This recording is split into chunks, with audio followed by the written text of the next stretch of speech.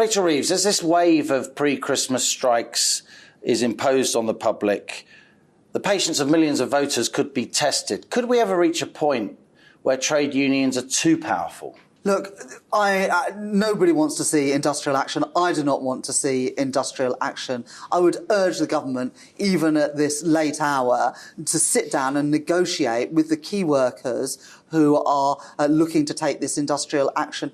If you take the nurses, for example, never before have nurses taken strike action. Is 19% too much?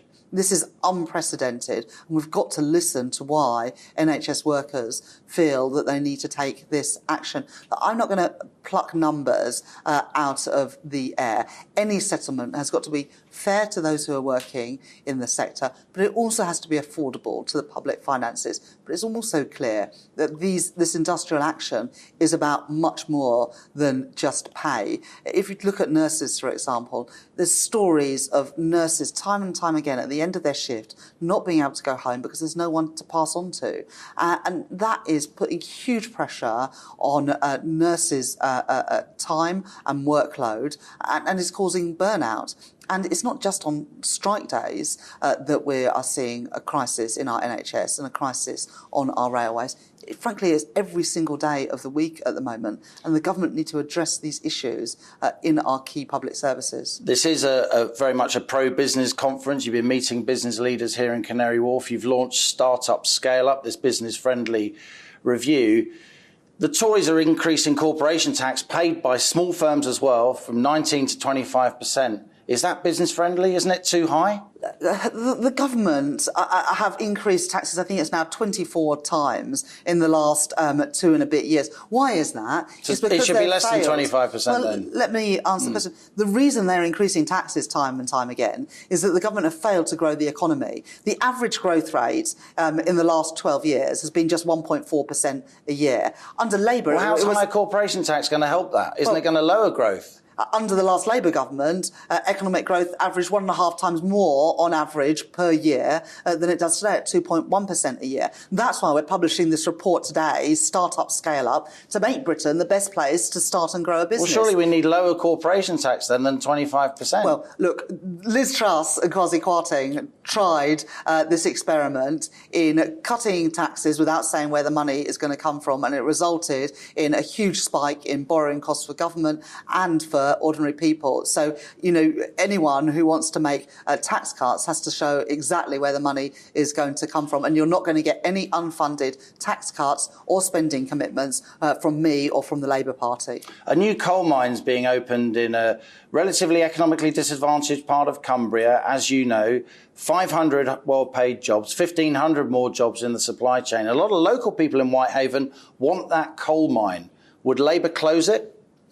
Labour's Green Prosperity Plan is about investing in the jobs of the future, in carbon capture and storage, green hydrogen, floating offshore wind and green steel. So we want to create jobs in the energy sector. So no new coal mines then? We're not in favour of new... So you would close the one in Whitehaven? Well, there's no coal mine in Whitehaven, and I'm not convinced there's going to be one there by the time of the next election, because there will be much opposition, as we already know, to this. But you would close it if there was one open. A lot of environmental campaigners want you to say yes. Well, I would very much doubt that by the time of the next election there is going to be a new coal mine.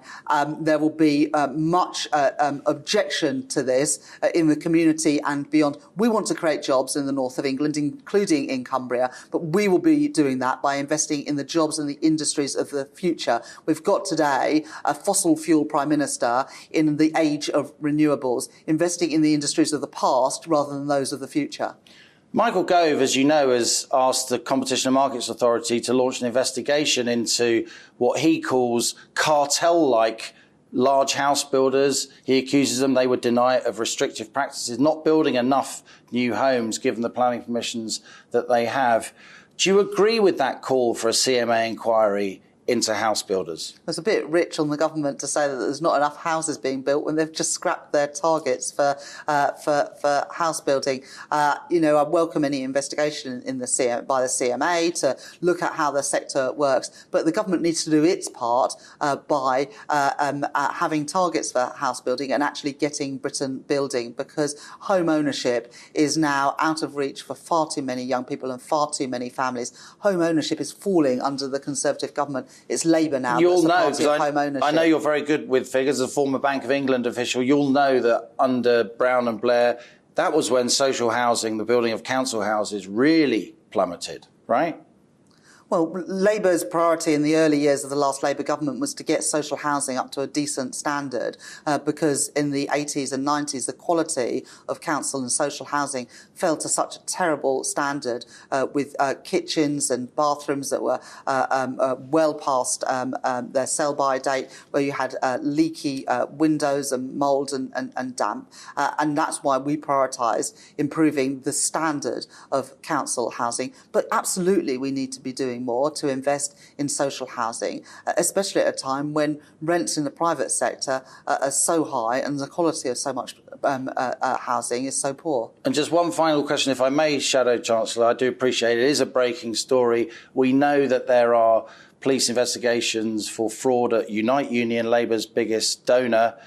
It could be that your parties in receipt, Unite, would deny it, of criminally gained funding.